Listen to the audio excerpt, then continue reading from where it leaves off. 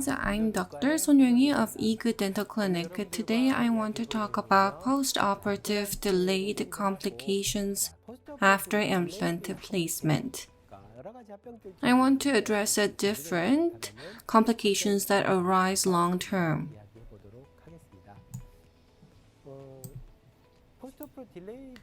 These basically are the post-operative delayed complications we can face.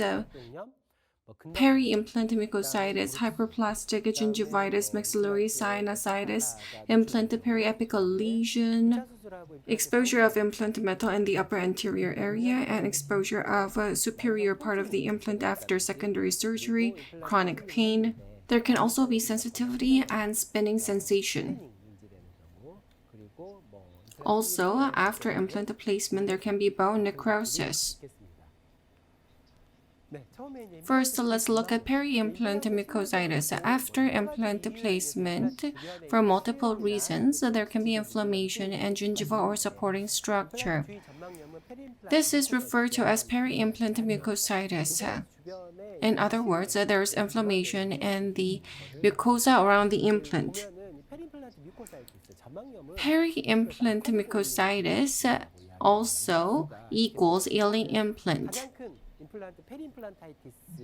The biggest difference with peri-implantitis is that it's reversible. With appropriate treatment, we'll be able to remove the inflammation, and then there will be no issues with supporting structures.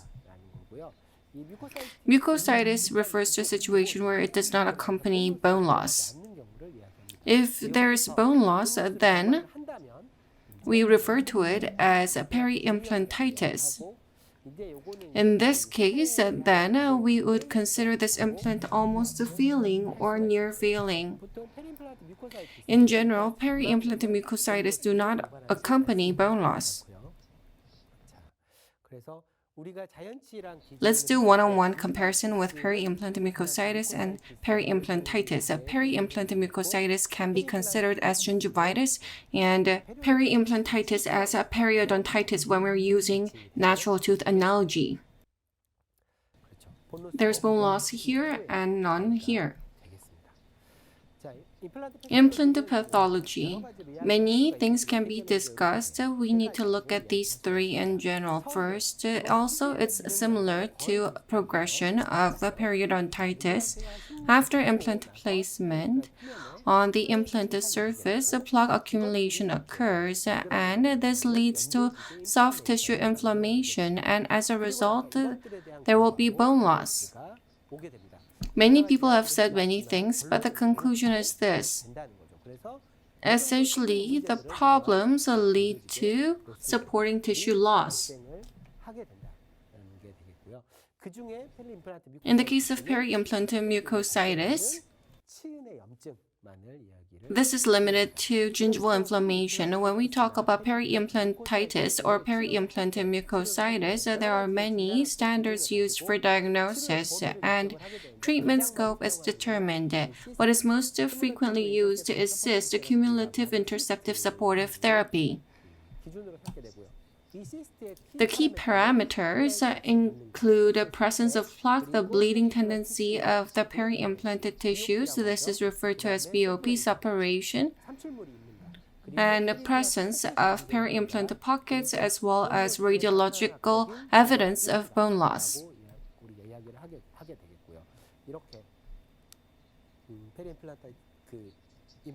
In the peri-implant tissue, we need to check whether there is bleeding tendency or if there is bone loss. These are considered major parameters. Depending on different steps, pocket depth, BOP, whether it's positive or negative, depending on it, treatment is determined. Different protocols can be used. Mechanical dryman, whether you're going to use it, whether we're going to add antiseptic cleansing. The characteristic of this treatment is that if the pocket depth is between 4 to 5 millimeters, In addition to mechanical debridement, you can add antiseptic cleansing, A plus B. So if additional treatment is needed, you can add C. So it gradually increases if the pocket depth exceeds 5 millimeters, and if BLP is positive, if there's less than 2 millimeters of 2 millimeters, so you can do systemic or local antibiotic therapy. If it exceeds 5 millimeters of pocket depth, and if there's more than 2 millimeters of bone loss, resective or regenerative surgery may be needed. This is an additive protocol. We use these standards when we try to solve problems around the implant.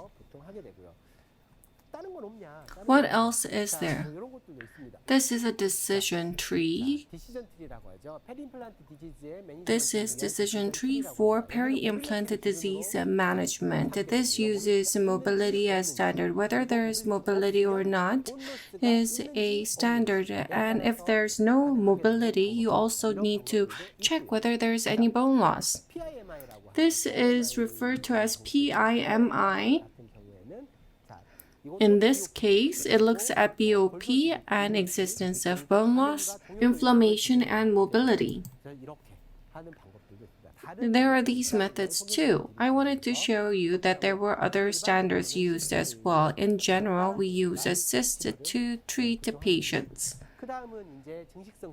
This is hyperplastic gingivitis. Around prosthesis, gingiva continues to grow. If you do mechanical cleansing, and most of the time you can get good results. This is pre-op and post-op. With mechanical cleansing, if you do not do it, the plaque can accumulate on top and hyperplastic gingivitis can occur. Next is maxillary sinusitis. After implant placement, on the CT, the sinus looks very full. We face these kind of situations at times. Sinusitis can occur. There are many reasons for sinusitis. In the case of this patient, there is sinusitis. If you take a look, there is internal infection of graft material, and this will be addressed in detail in offline course. The symptoms of sinusitis, there can be pressure, pain, swelling, and headache. There can be nasal blockage due to mucosal lining. This occurs mostly 3 to 4 days post-op. In order to address it, we can prescribe antibiotics. In most cases, you prescribe amoxicillin. Actually, augmentin would be a better term. You prescribe amoxicillin 250 milligrams and clavulanic acid 120 milligrams. Or you can prescribe 500 milligrams of amoxicillin and 125 milligrams of clavulanic acid. You can prescribe it 3 times a day and have the patient take it for about a week. If the patient does not show response within a week, you can do sinus aspiration, but this is for when there's suppuration. You know when there's signs of suppuration. If the symptoms do not improve, then you would have to remove implant or all of graft material. Next is bone loss. You'll be able to know of bone loss with X-ray. The symptoms may be asymptomatic. At times, the patient can complain of odor, bleeding, or other things. In that case, we can provide this kind of treatment if there is less than 2 millimeters of bone loss. This is pursuant to CIST. If you look at CIST protocol, this is what is articulated. We use internal submerged type implant. All implant components need to be within bone. That is the principle. If there is a vertical bone loss, then the implant may face potential problems in the future, and we will need to keep it in mind as we provide a treatment. In most cases, a surgical treatment may be necessary. That'll be the result. Yes, responding to the problem itself is important, but placing the implant in a way to avoid these problems is even more important. This is a case where implant metal is exposed in upper anterior, and it shows this kind of tendency. Not just implant color, but implant itself is exposed. So you can see that the gingival biotype is very thin. You can refer to this as a thin phenotype as well. And in such cases, this problem can occur more easily. This can occur when the implant is placed too shallow as well. Because of bone remodeling, the labial alveolar bone may be resorbed. If there is a post-op inflammation, this kind of problems can occur.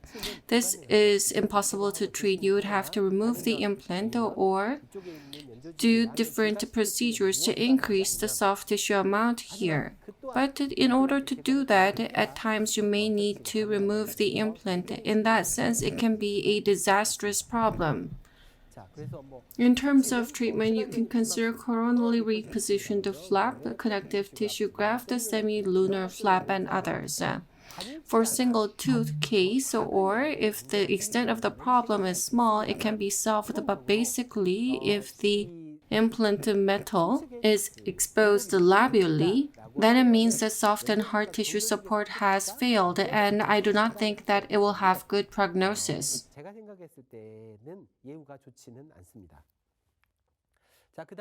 Next, I'm going to talk about bronze and emrons, which is something that we definitely don't want to come across.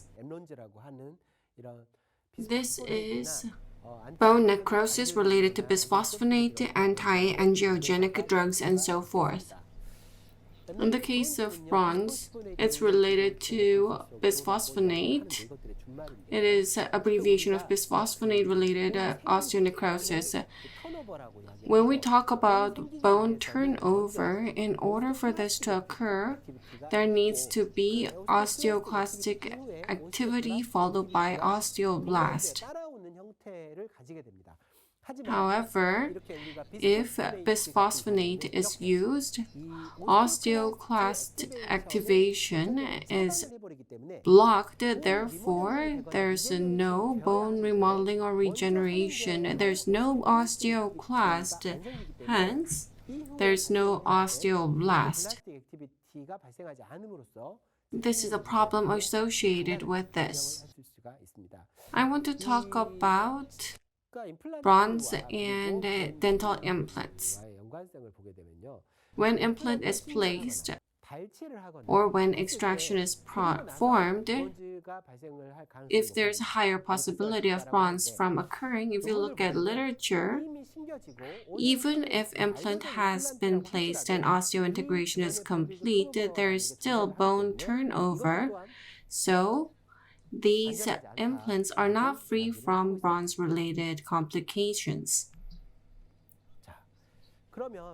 Let's look at bisphosphonate. This is actually not important. When you look at bisphosphonate, what should be considered important is here.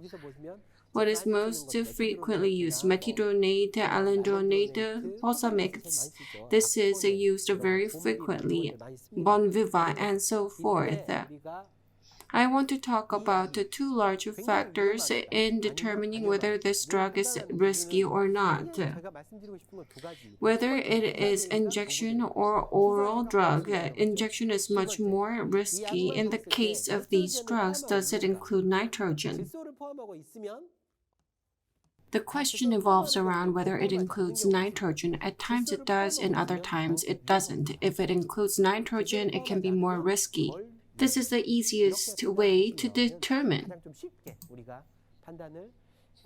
In terms of bronze etiology, if it is administered long-term, there's higher possibility of bronze. It's obvious. The injection is more risky, and compared with oral administration, the injection has higher possibility of bronze. Although the probability of bronze in the case of oral administration is quite low, if the patient takes it for over 3 years, then the possibility can increase. Actually, the 3-year part has changed. What is important is here. When the patient also takes a steroid, the probability of bronze increases exponentially. In oral administration, the probability of bronze can also increase in this instance. In 2003, Marx first reported of bronze, and bronze definition needs to satisfy the three. There needs to be bone exposure, and despite treatment, such exposure continues for over 8 weeks. The patient is currently administering bisphosphonate or has history of it, and there's no X-ray therapy on the bone exposure. These three categories need to be satisfied. The stronger the medicine, if you administer it for a longer period, there's higher possibility. The question revolves around whether it includes nitrogen. If you look at localized factors, extraction, ill-fitting denture, anatomical factors, and bronze tends to be more probable in the case of upper. In the case where the mucosa is thinner, lack of oral hygiene, drinking, and smoking. As for systemic factors, there are many, but please remember steroid. There is a position paper. Continuous revision has been made. First was reported in Korea. Stage can be divided from 0 to 3. As you progress to stage 3, the symptoms worsen. Stage 0 and stage 1, there are different treatment modalities for it. In most cases, we come across cases where the patient has stage 2 or stage 3. And in most cases, you prescribe antibiotics. You may do envelope resection or curettage. Surgical management is also accompanied. And in 2014, bronze-related information was updated and MRONS was introduced. What is different? This is related to medication. Not just bisphosphonate, but other drugs also cause this. Anti-resorptive medication, anti-angiogenic medication, these can cause the similar symptoms. And these drugs are mostly used for anti-cancer therapies. Bronze was revised to MRONS. There are different medications listed here. Most of them are denosumab drugs. When treating osteoporosis, denosumab is used frequently. So, case definition is as shown. MRONS, denosumab, and other drugs have been added. The result is the same and symptoms are the same.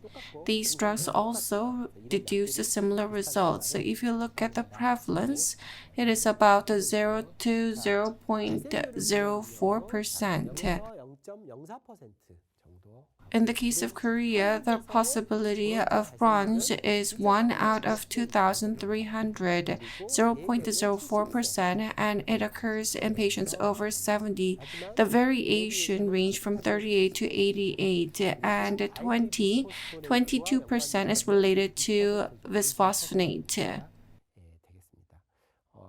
About 2 out of 100,000 people suffer this because of oral bisphosphonate, 90 out of 10,000 due to IV bisphosphonate, so this is fairly high. Oral bisphosphonate is considered safer.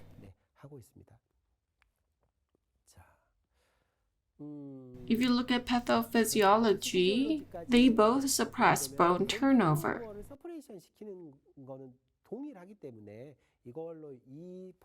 They inhibit osteoclastic activities and these symptoms result, and they're the same. Systemic factor and local factors is the same. Systemic factors include the use of steroids. The problem tends to worsen. This is the common ground, and if you look over here, suppressed bone turnover markers. Bone turnover rate, whether you know how suppressed it is not an absolute criteria, but you can use serum CTX. CTX level, this is not an absolute figure and you cannot just overly rely on it, but actually, realistically speaking, this is the only telling thing. The normal figure you should take note of. Patients who do not take bisphosphonate show on average 300 picogram per milliliter, and in general it will be around 400 to 550. What happens if the patient who used to take bisphosphonate quits it? The level goes up by 25 every month. Then when should you not perform extraction or implant placement? In the case of high risk, it is under 100, minimal risk is 150, and moderate risk is 100 to 150. If it is over 300, then you can assume that there will be no problems. This is not an absolute figure, and this is the only thing we can utilize. The CTX test should be performed when the patient has empty stomach, and this is normally done by a different division. CTX is an abbreviation of C-terminal cross-linking telepeptide test. This refers to the very end, C-terminal ending of type 1 collagen. How much of it is included within the blood is reviewed. Activation of type 1 collagen is reviewed, and this is very related to the bone turnover. Type 1 collagen activation is keenly interrelated. Perhaps we can do drug holiday. It may be necessary, but there are different guidelines. For patients who have taken bisphosphonate within 2 years, according to ADA guideline, you can just perform treatment. However, AAOMS says that you need to have at least 2 months of drug holiday. And in the case of Kaomi, you need to have at least 2 to 4 months of drug holiday. This is the recommendation. This is not a principle, but a recommendation. According to FDA, it says there is lack of evidence as to whether there needs to be drug holiday. There is no consensus as of yet. I am sorry to say this, but when you ask me whether or not to place implant in a patient who has been taking bisphosphonate or anti-resorptive drugs, it's difficult to answer that question. No one can actually answer that question. However, if there is MRONs, then there needs to be drug holiday. This is for certain. Up until now, I've talked about the delayed complications we can face after placing implant. There's much more to say, and I've abbreviated as simple as possible. If you're interested in more specifics, please refer to offline master course and let's study together.